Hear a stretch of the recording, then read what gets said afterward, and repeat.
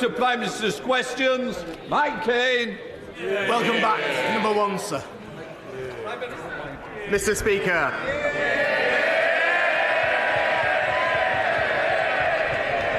as the last Prime Minister's question before recess, I know the whole House will want to join me in wishing you and all the House staff a very Merry Christmas and a Happy New Year. And I know members will also want to join me in sending our warmest wishes to our armed forces, both at home and stationed overseas, and our emergency services and all those who will be working over Christmas too. And finally, I know everyone will want to join me in wishing Mark Drakeford all the best as he moves on from his many, many years of devoted public service. Mr. Speaker, this morning I had meetings with ministerial colleagues and others. In addition to my duties in this House, I shall have further such meetings later today. Can I concur with the comments of the Prime Minister about our armed forces, Christmas and Mark Drakeford?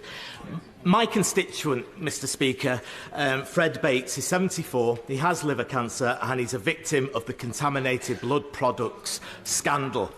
The Prime Minister had a chance to do right by Fred last week, but failed to do so and lost the vote in this House. After half a century, Fred wishes to know when he and fellow survivors will be compensated and get justice. Mr. Speaker, this was an appalling tragedy, and my thoughts remain with all those concerned. I absolutely understand the strength of feeling on this. It was this government previously who set up the inquiry, which I participated in, and we fully understand the need for action. The government has crucially already accepted the moral case for compensation and acknowledged that justice does need to be delivered for the victims. My right honourable friend, the Minister for the Cabinet Office, will update the House on our next steps on the infected blood inquiry shortly. Greg Smith. Thank you, Mr. Speaker. The tax cuts in the autumn statement were extremely welcome. But in order to go further and to get the tax burden as low as it possibly can be, accurate and robust economic modelling is required. The Office of Budget Responsibility have been habitually wrong, and we had the spectacle last week of the head of the OBR saying that his latest forecast might be 30 billion out. So will my right honourable friend commit to finding a better system of financial modelling so we can get taxes lower? Well, Mr. Speaker, as my honourable friend knows, the OBR has brought greater transparency and independence to the forecasting on which government policy is based. But he's right, and it is required to produce an assessment of its accuracy of its fiscal and economic forecasts at least once a year. But crucially, as he acknowledged, thanks to our management of the economy, the fact that we have halved inflation, controlled borrowing, we now have delivered the largest tax cuts in a generation, Mr. Speaker, and they will benefit families up and down the country from January. The Leader of the Opposition, Keir Starmer. Thank you, Mr. Speaker. Yesterday we heard of the tragic death of a young man on the Bibby Stockholm. I know the whole House will want to send our deepest condolences to his family and friends. We must never let this happen again. I would also like to mark the retirement of my colleague and friend, Mark Drakeford, the First Minister of Wales. Mark committed his life to public service and lives his values every day. Quietly and patiently, Mark has been a titan of Labour and Welsh politics, and we thank him for his service and wish him well. Mr. Speaker, Christmas is a time of peace on earth and goodwill to all. Has anyone told the Tory party?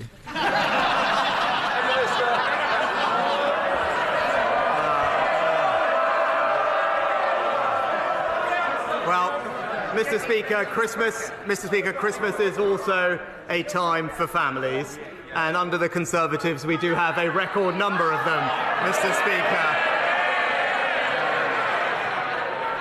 Mr. Speaker, to this point, at the beginning of the year I set out some priorities that this government would deliver for the British people, and over the course of this year we have, Mr. Speaker. Inflation halved, Mr. Speaker, the economy growing, debt falling, action on the longest waiters, the boats down by a third, and crucially, as we heard from honourable friend, tax cuts coming to help working families in the new year. Mr. Speaker, he can spin it all he likes, but the whole country can see that yet again The Tory party is in meltdown and everyone else is paying the price. Now, he's kicked the can down the road, but in the last week his MPs have said of him he's not capable enough, he's inexperienced, he's arrogant, a really bad politician. Well, they're shouting, this is what they said. So, well, come on. Who was it who said he's a really bad politician? Hands up. They're shouting. Well, what about inexperienced? Who was that? Or, and now there's got to be some hands for this, he's got to go. Oh, shy. Apparently, he's holding a Christmas party next week. Order! It's Christmas. No, but you might not want the Christmas present that I could give you. So please, Keir Starmer. Apparently he's holding a Christmas party next week. How's the invite list looking?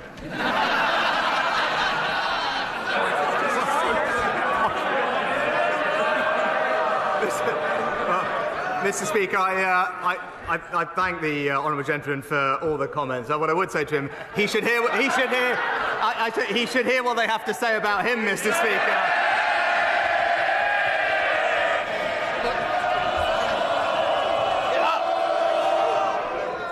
Right. Do you want to be the first one? Because it is Christmas and I'm going to hear it. My constituents are going to have a Christmas like everyone else. They want to know how their Christmas is going to be affected. So I want less of it from all sides. Keir Starmer. They've obviously found the donkey for their nativity. The search of three wise men may take a little longer. But while they fight amongst themselves, there's a country out here that isn't being governed, where more than 100,000 people are paying hundreds more a month on their mortgages, energy bills going back up in January, the economy shrinking again, NHS waiting lists an all-time high. Doesn't he think the government would be better off fixing the messes they've already made rather than scrambling to create new ones? Mr. Speaker, he talks about governing and spent the first two questions talking about political tittle-tattle, Mr. Speaker. What a joke. Well, let's get on to the substance, Mr. Speaker. Let's get on to the substance. He mentioned the things. What is the news that we've just heard in the last week? Well, what's the most important thing? The most important thing is education, Mr. Speaker, because that's how we spread opportunity in our country. And what have we learned? Where are the schools performing best in the United Kingdom? In England, Mr. Speaker, thanks to the reforms of this Conservative government, rising up the league tables, giving our kids the start they need. And where are they plummeting down? In Labour-run Wales. He talks about children. Nearly 140,000 children are going to be homeless this Christmas. That is more than ever before. That's a shocking state of affairs, and it should shame this government. Instead of more social housing, house building is set to collapse. Instead of banning no-fault evictions, thousands of families are at risk of homelessness. Rather than indulging his backbenchers swanning around in their factions and their star chambers, pretending to be members of the mafia, when's he going to get a grip and focus on the country? Mr. Speaker, let's just look at the facts. Let's look at the facts, actually, because rough sleeping in this country is down by 35%, Mr. Speaker, since its peak, thanks to the efforts of this government. There are hundreds of thousands of fewer children in poverty today, thanks to this government, Mr. Speaker. And when it comes to home building, again, what is he doing? We just had the data this last week. In the last year, an almost record number of new homes delivered, Mr. Speaker, more than in any year of the last Labour government. 140,000 children homeless this Christmas, and he's utterly tone deaf. And the rise in homelessness shows how these Tory crises merge and grow and damage the country. Families like the Bradys in Wiltshire, both parents working full-time, with two young children, forced out of their home of 15 years by a no-fault eviction, now living in their van. Or 11-year-old Liam Walker, homeless this Christmas. He wrote a letter to Santa saying, "Please, can I have a forever home?" I don't want any new toys. I just want all my old toys out of storage. I just want us to be happy again. Is there anything that could shame this government into putting the country first? Then it's surely this little boy. Mr. Speaker, if he really cared about building homes... No. If he really cared about building homes, when there was an opportunity in this House, Mr. Speaker, in this House, to back our plans to reform defective EU laws, to unlock 100,000 new homes, Mr. Speaker, what did he do? What did he do? He went in front of the cameras and said one thing and came in here and blocked it. Typical shameless opportunity. Thank you, Mr. Speaker. As the world's... One more. Mr. Speaker, is that really his Christmas message to Liam? Cocooned in his party management breakfast. He just can't see the... Order. Mr. Cleverly, please. It's Christmas. I want a little bit of silence. And I'm going to get it one way or another. And that goes to each side. Keir Starmer. Cocooned in his party management breakfast. He just can't see the country in front of him and what they've done. I'll finish by thanking hard-working families across Britain who kept our country going. It's been an impossibly difficult year for so many. I want to pay special tribute to our key workers, particularly those in the emergency services and those serving abroad in our forces, who, even at this time of year, are doing the vital work of protecting their country. I wish everyone, including the members opposite, a very happy and peaceful New Year. Will the Prime Minister join me? Prime Minister. I think, Mr. Speaker, he missed that I paid tribute to our emergency workers at the beginning of the session, Mr. Speaker. But let's see. No, because I think it is important, because he talked about working families. Of course, Mr. Speaker, I want to make sure that we support working families, and that's what we're actually delivering, Mr. Speaker, because all he has to offer them is borrowing £28 billion a year, which all it will do is push up their mortgage rates and push up their taxes. Meanwhile, what have we done? Delivered tax cuts for millions of working families, boosted the national living wage, Mr. Speaker, recruited 50,000 more nurses, 20,000 more police officers, improved our schools. We've cut the cost of net zero for those working families. We've cut the boat crossings by a third and we've halved inflation. And that's the difference, Mr. Speaker. We're getting on and delivering for working Britain.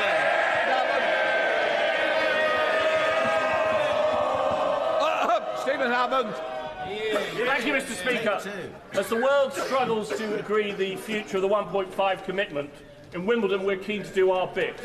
So to help my campaign to make EV charging access more widespread, can I ask my right honourable friend for 2 early Christmas presents? Will he speak to our right honourable friend, the Chancellor, to ask him to look again at the unfair differential rates of VAT on public and private charging points? And will he ask our friend, our right honourable friend, the Levelling Up Secretary, to look at the bylaws that stop local councils making on-street parking and charging more accessible? Well, Mr. Speaker, I'm happy to tell my honourable friend that the Chancellor has already authorised over £2 billion of investment to support our transition to zero-emission vehicles, and we are well on track to reach 300,000 charge points by 2030. And I can also tell him that we will consult on amending the National Planning Policy Framework to make sure that it prioritises the rollout of charge points, on top of the funding of almost £400 million to support local authorities, spread these out so all our families have access to them when they need. SNP leader Stephen Flynn. Thank you, Mr. Speaker. Can the Prime Minister please share his Christmas message for children being bombed in Gaza this winter? Prime Minister. No. Mr. Speaker, nobody wants to see this conflict go on for a moment longer than necessary. We urgently need more humanitarian pauses to get all the hostages out and to get life-saving aid into Gaza to alleviate the suffering of the Palestinian people. And we have been consistent that we support what is a sustainable ceasefire, which means Hamas must stop launching rockets into Israel and release all the hostages. Stephen Flynn. Mr. Speaker, if the current actions of the Israeli government continue, then it is estimated that almost 1,400 more children will die between now and Christmas Day. Now, in the United Nations last night, our friends and allies in France, in Ireland, in Canada, in Spain and in Australia, they joined with 148 other nations to vote with courage, care and compassion for a ceasefire. The UK, they shamefully abstained. How can the Prime Minister possibly explain why 153 nations are wrong, yet Westminster is right? Mr. Speaker, as I've said consistently, we're deeply concerned about the devastating impact of the fighting in Gaza on the civilian population. Too many people have lost their lives already, and this is something that we've stressed, and I've stressed personally to Prime Minister Netanyahu just last week. What we are doing practically is to get more aid into Gaza, Mr. Speaker. The Foreign Secretary is appointing a UK humanitarian coordinator, and in my conversations last week with Prime Minister Netanyahu, I pressed him on opening up the Kerem Shalom crossing so that more aid can flow in, and we are actively exploring the opportunity for maritime corridors, something that the UK is well placed to lead, and I can give him my assurance that we will work night and day to get more aid to those who desperately need it. Dr. Neil Hudson. Thank you, Mr. Speaker. We expect our young folk to remain in educational training until they are 18, but many lack transport to get there. With the amazing head teacher of Alston Moor Federation, Jill Jackson, I secured funding from the council to get her students to college and pressed the council for a £500,000 bursary scheme to extend youth travel more widely. But we shouldn't have to do this. To secure equality of opportunity and true levelling up, will the Prime Minister look to mandate and support councils to provide post-16 transport so all our young people in towns, cities and rural areas can reach their next stage in life?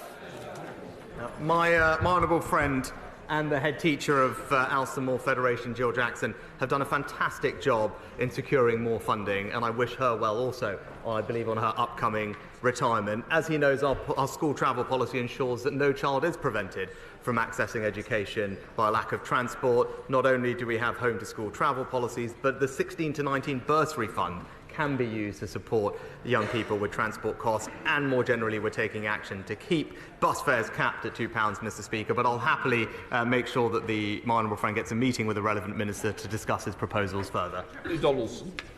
Mr. Speaker, the Prime Minister will be aware of unionist concerns about the need to remove the Irish sea border created by the protocol, and that disrupts the UK's internal market.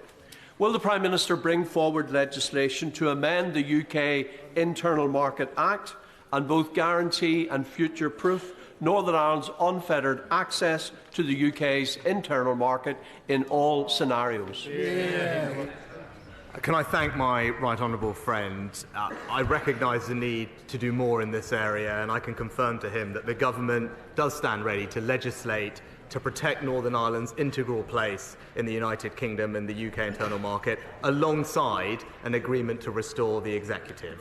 We can do this at pace, and I know my right honourable friend and his colleagues are working hard to achieve that. Our NHS, our police officers and the most vulnerable in Northern Ireland need devolved government urgently, and I think it's incumbent on all of us to work day and night to help achieve that. Sir Luke Evans. 121 MPs from across the House signed my open letter to supermarkets asking to have a Buy British button online. I'm pleased to announce that last week Morrisons were the first supermarket to implement a Buy British tab. That gives consumers the choice to have homegrown produce and also supports our farmers. So will the Prime Minister join my calls to ask other supermarkets to have the courage to make the change and follow suit? Well, Mr. Speaker, this government will always back our farmers, and I welcome the work of my honourable friend and the National Farmers Union on this particular issue. We absolutely support calls for industry-led action on this topic. I welcome the news about the Buy British button at Morrisons, and I can tell my honourable friend that we will continue to encourage all retailers to do all they can to showcase the incredible food produced right here in the United Kingdom.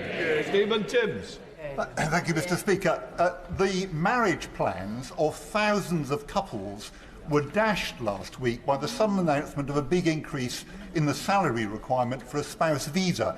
Can the Prime Minister give any reassurance to those with very well-advanced marriage plans which appear now to have been scuppered, and to families already in the UK who need to extend their stay who won't comply with the new rules?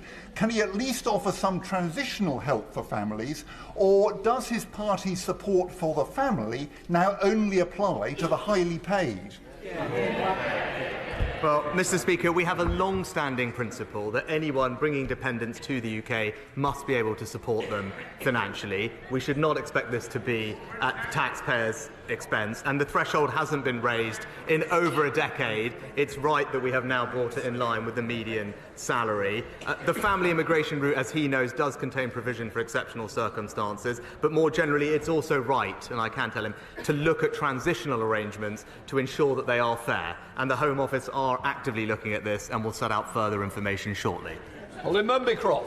Thank you, Mr. Speaker. And I make no apology for raising once again the issue of steel. We are at serious risk now of losing the ability to make virgin steel here in the UK. I know the government are working hard on this, but it is a matter of national security, and we need the Prime Minister's leadership on this issue. What is he doing to ensure that we are able to make our own virgin steel and we don't lose it under his watch? Mr. Speaker, can I praise my honourable friend's leadership for championing her local community, but also the steel industry in the UK, and she's right to do so, because it is an incredibly important part, not just of our local communities, but of our economy and security, and she is right to put this issue on the agenda. We are committed to working with the steel sector to secure a decarbonised future, supporting local economic growth and our levelling up agenda. That includes our commitment for major support with energy costs, but also access to hundreds of £millions of grants to support energy efficiency and decarbonisation. I obviously can't comment on conversations with individual companies, but you can see our track record in working with either Celsa or Tata Steel that we have been able to support our fantastic steel industry and will always continue to do so. Smith. Thank you, Mr. Speaker. A road company has walked away from 13,000 tonnes of hazardous waste in Lancaster, and it's now been on fire for 10 days. There are plumes of smoke covering our city. Lancaster City Council has been left to pick up the tab, and to date they've spent £262,000. Without government support and intervention, this fire will burn for several months. So will the Prime Minister support my local council with swift government support? Can I thank the honourable member for raising this incredibly important question? I know she's been working alongside my honourable friend, the member for Morecambe, on this, and can I also thank the emergency services in her constituency. And my understanding is that Lancaster City Council, the Environment Agency and the UK HSA and emergency services are working together to ensure that the health risks and environmental consequences are minimised, but I will ensure that the relevant minister understands the absolute urgency of the issue that she's raised, and I'll make sure that she meets with them as soon as possible. Jerome Mayo. Mr. Speaker, some dental practices are taking advantage of post-COVID demand to take their NHS practices private, earning more money but leaving behind those most in need. Training a dentist cost constituents in Broadland more than £300,000. Does my right honourable friend agree with me that if a dentist accepts public funding in order to qualify, they should be asked to commit to NHS dentistry for a number of years before going private? Mr. Speaker, my honourable friend makes an excellent point, and we are investing £3 billion into dentistry. The dentistry contract with the NHS was reformed last year to improve access for patients, and around half of all treatment were delivered to non-paying adults and children. The number of adults has gone up by 10%, the number of children by 15%, but my honourable friend is right and more needs to be done, and that's why the government will be bringing forward the dentistry recovery plan in due course. I should have called over. Thank you, Mr. Speaker. There are 12 days until Christmas, and hundreds of families in Battersea will be worried. Not about being able to buy gifts for children, but whether they can afford food and heat for their homes due to the Tories' cost of living crisis. Over 4,300 emergency food supplies were provided in Battersea by the Wandsworth Food Bank this year, and they have told me that they are bracing for the worst winter yet. So what is the Prime Minister doing to ensure families do not go cold and hungry this Christmas? Well, Mr. Speaker, We care deeply about making sure those who are most vulnerable in our society get the support that they need through the winter. That's why we increased welfare by record amounts earlier this year. We supplemented that with cost of living payments of £900 for the most vulnerable. It's why we supported those with energy bills who need our help the most. Pensioners in her constituency and elsewhere will receive up to £300 alongside their winter fuel payment. And indeed, that support lasts not just through the winter but into next year, because we're deeply committed to helping those who need it, and this government has got a track record of delivering that help. Mr. Morris. Thank you, Mr. Speaker. The Prime Minister is rightly focused on taking long-term decisions to improve the lives of people in this country. So can I make a suggestion? Our mental health legislation is 40 years old, and we made a manifesto commitment in 2017 and 2019 to reform the Mental Health Act, because we have people with learning disabilities and autism sectioned under the Act being kept an inappropriate accommodation for long periods. We have people sectioned under that Act not receiving the compassionate care that they deserve and, in a sense, are criminalised. And we have people sectioned under that Act who have their mental health condition re-stigmatised by the act of sectioning. So, would the Prime Minister, in the absence of a bill in the King's Speech, would the Prime Minister agree to meet with me and other like-minded colleagues to discuss how we might be able to take forward reform of the Mental Health Act, because it simply isn't fit for the 21st century? Well, can I thank my honourable friend for raising this important issue. He's absolutely right about the work that needs to be done, and I'm grateful to the Joint Committee on the draft Mental Health Bill, and our intention is, when parliamentary time allows, to bring forward a bill. I'd be happy to meet with him and colleagues to discuss this, but also just remind everyone that we are undertaking the largest expansion of mental health services in a generation, £2.3 billion of extra funding by March of next year, increasing capital investment in mental health urgent care centres, and, under the long-term workforce plan, the largest expansion of the mental health workforce that we've ever seen in this country. Spell Thank you, Mr. Speaker. Rather than the headline chaos of a government that is dominating the media, much more important to the public, business and organisations is their deeply unsatisfactory day-to-day experience in engaging with this dysfunctional administration. As far as they can see, Britain isn't working. When's he going to get a grip? Mr. Speaker, the most pressing issue facing families is the cost of living, which is why this government has delivered what it said, which was to halve inflation, Mr. Speaker. Not just that, we are supplementing that with significant tax cuts benefiting working families from January, £450 for a typical person in work, demonstrating that we are absolutely on the side of hard-working families, and this government is cutting their taxes.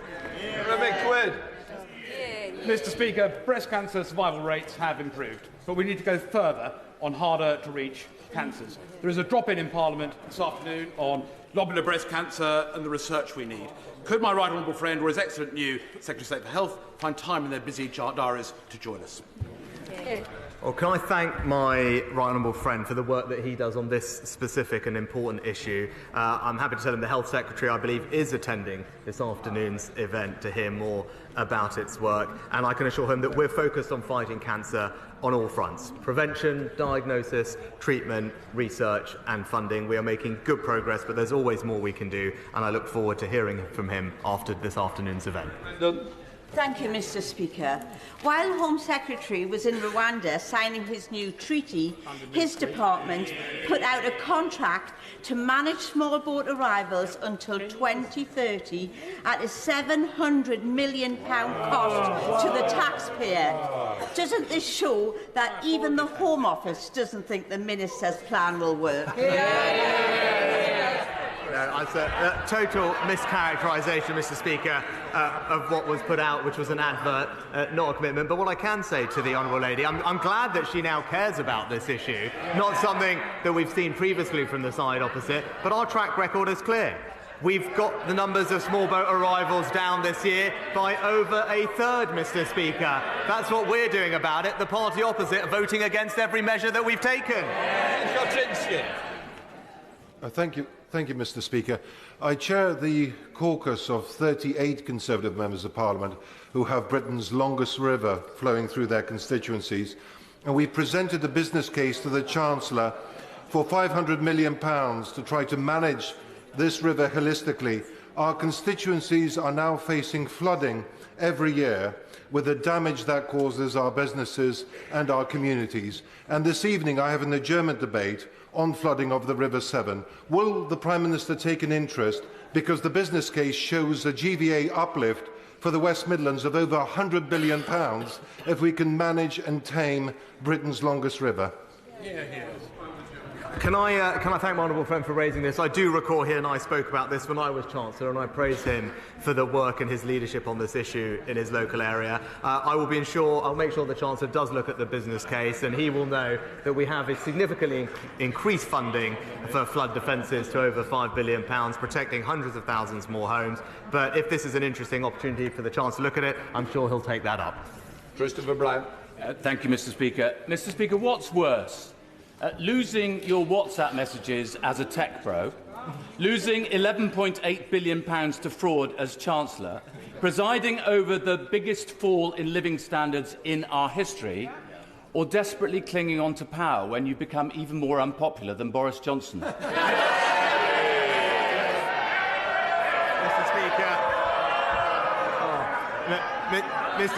Mr. Speaker, what matters to me is delivering for the British people, and that's exactly what we're doing. Why don't Theresa Villiers? Given the appalling reports of sexual violence committed by Hamas on the 7th of October and the risk that hostages could have this treatment inflicted on them as well, will he raise this issue in international fora so the international community demands strongly humanitarian access to hostages in Gaza? Mr. Speaker, the reports of sexual violence perpetrated by Hamas are deeply shocking. We've raised our concerns with the United Nations a fortnight or so ago, and we are engaging with the Israeli government to consider what further support we can take. And more broadly, we continue to do everything that we can to ensure that all hostages can return safely to their families, including those British hostages and those with links to the UK. And she can rest assured that I and the Foreign Secretary are working tirelessly to bring about their safe return. That completes Prime Minister's questions.